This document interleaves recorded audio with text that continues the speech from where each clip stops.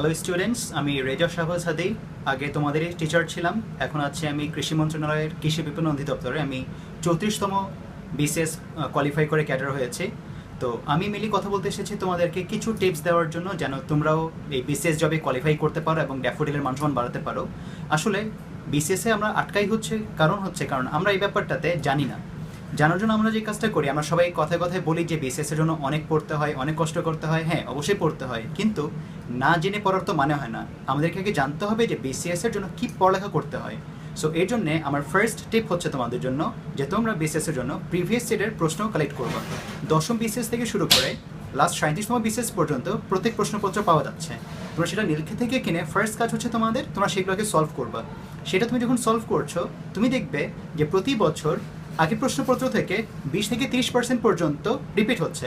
তো তোমার যদি সেটা সলভ করা থাকে, তুমি কিন্তু 200 মার্কের মধ্যে প্রায় 40টা প্রশ্নের উত্তর তুমি শুরুতেই পেয়ে যাচ্ছ।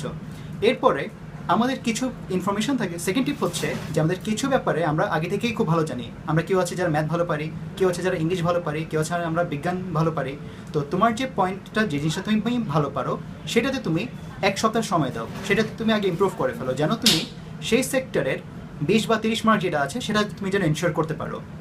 তোমাদের জন্য থার্ড টিপসটা হচ্ছে আমার জন্য যে তোমরা অযথা মোটা বই কিনে সময় নষ্ট না করে তোমরা জাস্ট ডেইলি 10 থেকে 15 মিনিট এদের তুমি কাগজে কলমে তুমি পেপার পড়ো, আর তুমি অনলাইন নিউজ পেপার যেগুলো আছে সেগুলো পড়ো।